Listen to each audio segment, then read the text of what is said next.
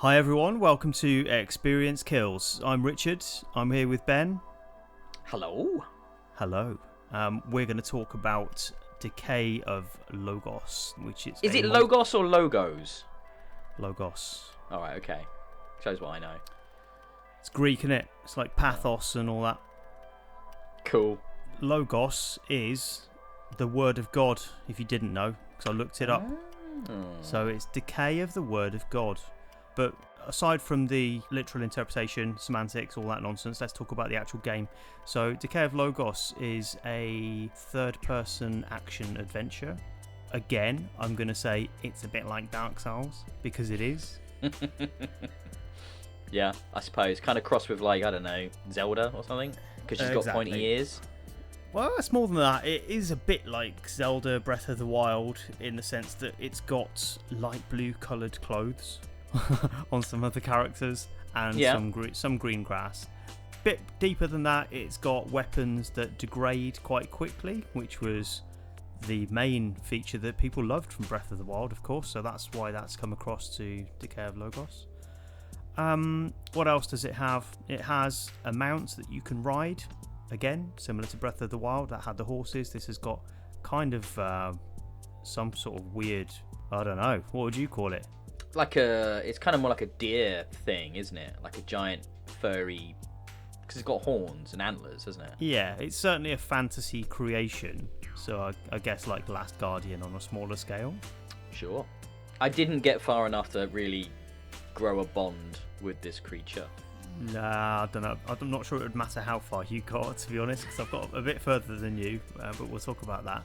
So, yeah, that's what the game is. It aims to take the best of Dark Souls with Breath of the Wild. I think it fails pretty spectacularly on both counts from my experience. I really have tried, Ben, to give this a good shot, because it's a sort of game that I like. We've had this game for a while, both of us, on multiple platforms, actually, on Xbox and Switch. And yeah, I thrown myself at it continuously as well, and struggled. And I know you've done even more, loads more. You've fought and beaten a bunch of bosses, haven't you? I've done a couple of bosses. There's two, like, woodcutter goblin fellas. Not goblins, ogres, actually. I've taken both of those guys out. And that was an effort. So I have tried, for any listeners that really want to know about this game, I have tried for you. So appreciate my pain when I tell you that I didn't enjoy the experience for about 90% of it. It's really hard going. I think the main problem with this, at least when we started, it has changed a bit, hasn't it, Ben, since it's come out this week.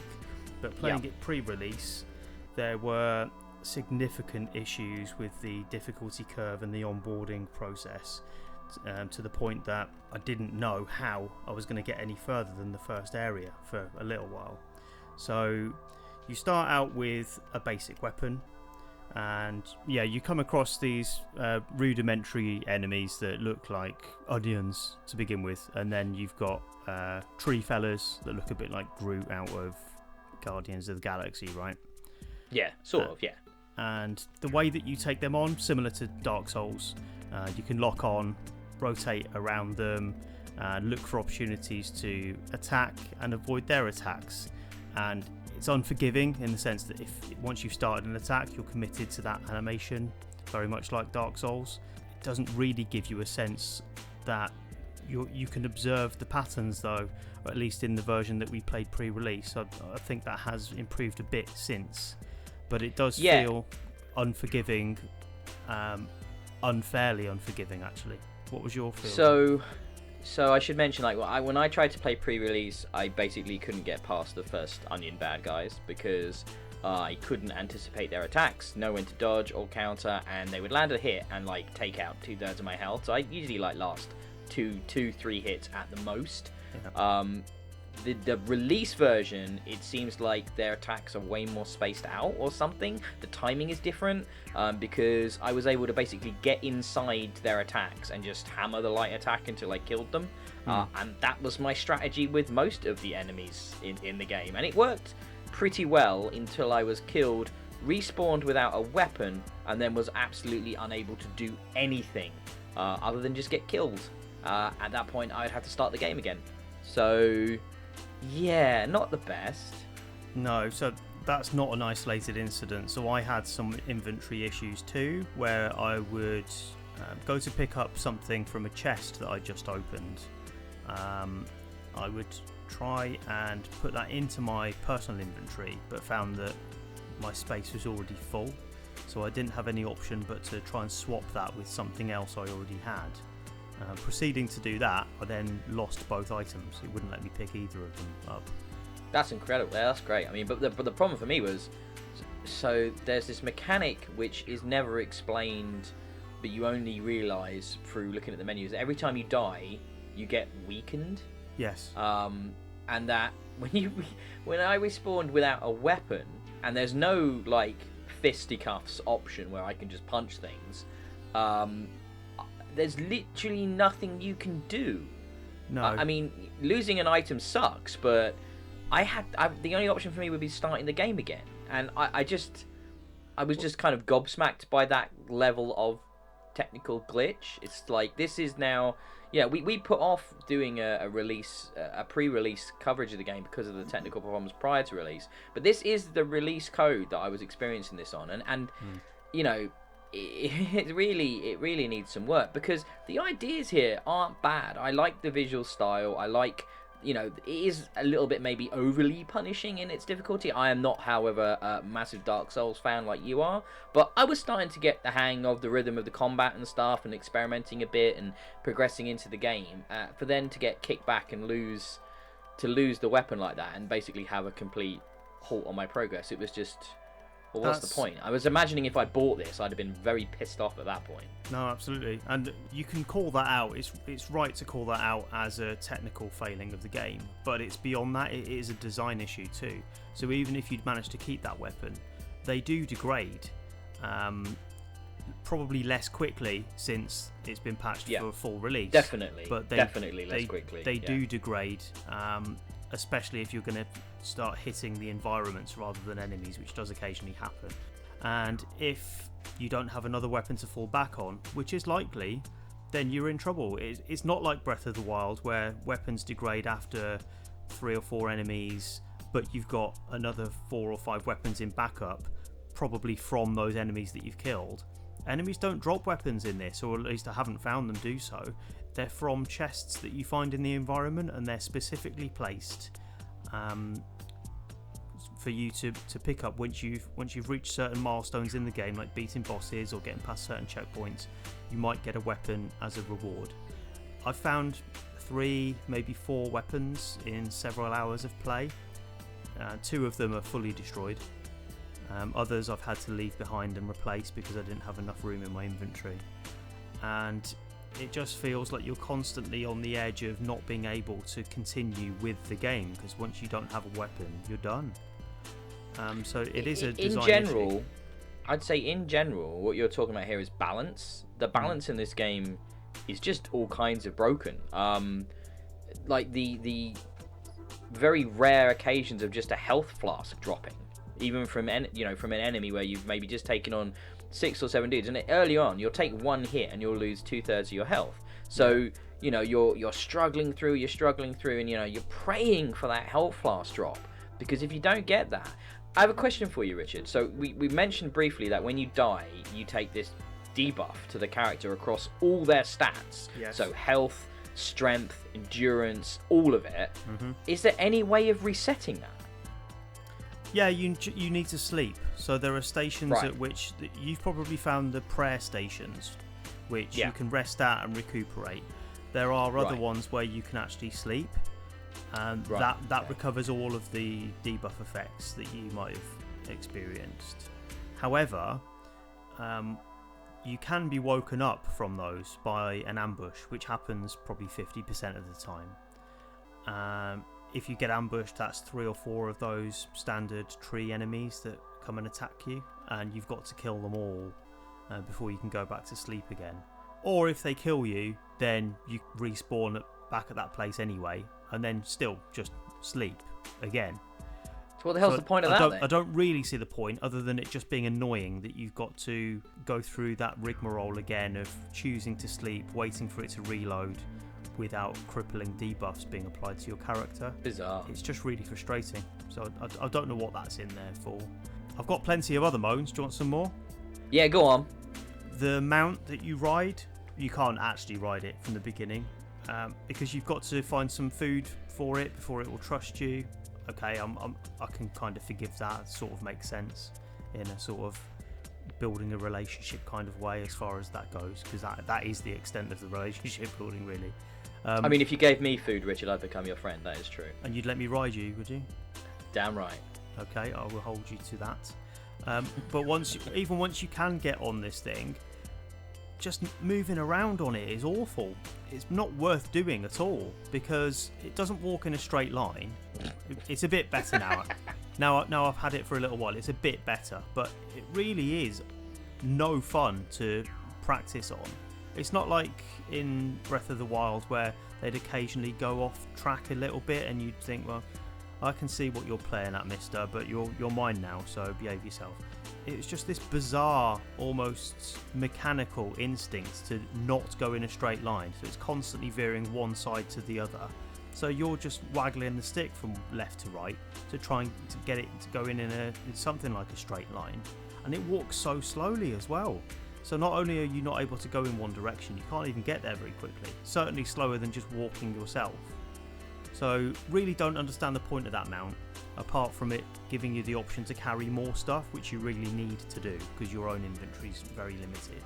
So you can stand next to it and put weapons in its sacks and all that stuff, right? And you do need it to solve some puzzles as well. So there are some doors that require a weight to be applied to a pressure pad, and the mount is the only thing that's heavy enough to do it for you. You can't just stand on it yourself. So you have this absurd situation where functionally the game should allow you to just get around yourself, and it's easier to just walk around rather than use this mount. So you never use it until you get to one of these gates that has a pressure pad, and then you call it to you. Try and walk it a few feet while you're mounted on it onto this pressure pad, and then immediately get off and not do it again until the next time. So it just feels like this completely pointless mechanic that doesn't add any fun. It just makes it more annoying. So that's another thing. But you've not got that far, no? Nope. I kind of couldn't because of the whole no weapon thing. Yeah, lucky you. So yeah, you really thought I'd like this, didn't you? So I think you're a bit look, everything about this game, the art style, the challenge of it, the style that they're going through for in gameplay and things like that, it should work. It's not balanced. I understand people wanting a challenge, and there is this thing now where there is this popularity, especially among certain kinds of streamers, where they want to play really hard games because their audience enjoys watching them fail and then finally persevere, you know? But this doesn't feel balanced for people to play and enjoy. It's tipped too far the wrong way. And there's not a learning experience particularly here, or any sense of growth in how good you are at this game. It's not like Dark Souls when you can get absolutely hammered, but you'll learn something from it. You'll learn, right, that's the position of that enemy. I'll have to watch out for him next time, or maybe lead him away from the pack. There isn't really any of that in this, because enemies see you probably a bit too readily in some cases. And miles away. And they don't stop following you. So there's a bit in this where there's a couple of giant bees on a wall, right? I'm on the opposite side of this wall, but I know they're there because I fought through them on the other way through. I get close to the wall, and they start buzzing around as if they've seen me. Clearly they haven't, because there's a big castle wall in the middle of us and them, and they just fly through the wall. And so I run off thinking, right, I didn't want to attract them. I'm not sure why I have, because, you know, I know this is a fantasy game, but I assumed rock still had the same properties. Fair. So I run off. They don't stop following. They carry on following. I'll put it in the video for this, but I've got some footage of these bees following me to the next NPC, like miles down the path. And while I'm talking to him, they're trying to sting me.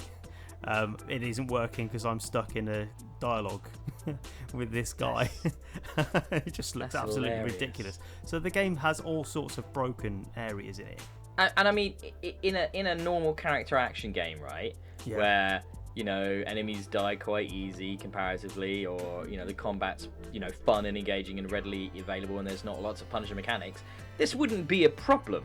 But in a super hard Dark Souls type game that is all about realistic, in inverted commas, combat and engagement, then it becomes just broken and unfair.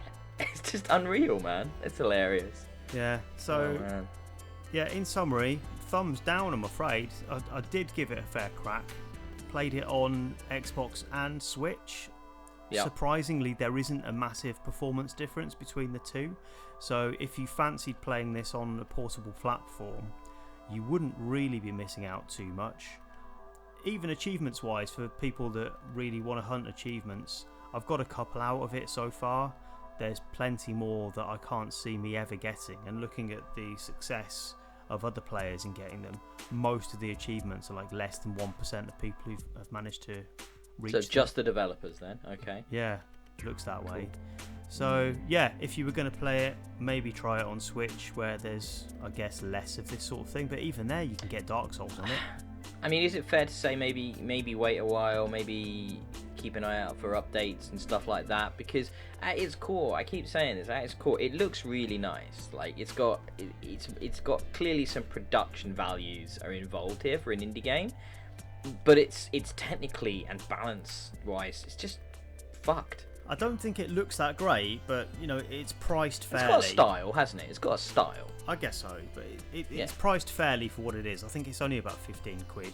So, yeah. I'm not going to treat it as if it's some full retail release that's trying to compete directly with things like Dark Souls. It obviously isn't.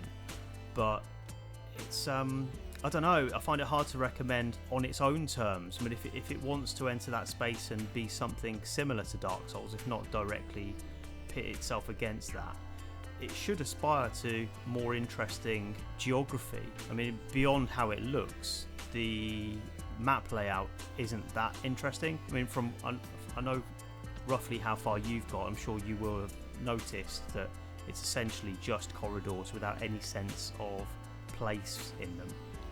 And there isn't that sense of discovery that you get in Dark Souls. It doesn't feel like you're discovering much. It feels more like sort of N64 level 3D map, where there's a few corridors bunched together. You open the door that opens onto one that you've been in before, but it's not much more sophisticated than that. So yeah, I think it should aspire to more in terms of its landscape design as well as the gameplay issues that it has. Probably a sad but appropriate note to finish on. So I think we'll end it there. Sorry for anyone that was looking forward to this, because I know I was, but it's been a bit disappointing. One thing you may I don't know if you want to say now, but I don't think you ever said who made this game. Did I? No. But it's been released by Rising Star Games. Well, they're the publisher. Do you know who the developer is? It's been created by Amplify Creations. Okay. So that's Decay of Logos. Thanks for listening, everyone. We'll speak to you again with a more positive reception to our next game, but we'll talk to you again soon. Thanks for listening. I'm Richard. You can find me on Twitter at Colonel Red. You can find Ben on Twitter at DIYE. Is it still that? Yep. Yeah, and you can find our main Twitter account at Experience Kills, because that's who we are. Please follow, like, subscribe, look at YouTube, go on all the podcast feeds and find us there. And please validate us, because we need it. Yeah, that's true. We really do. It's desperate now. I just want someone to like me, so please do it. Or what is the point of me existing? I don't know. Anyway, on that, see you later. Bye. Bye.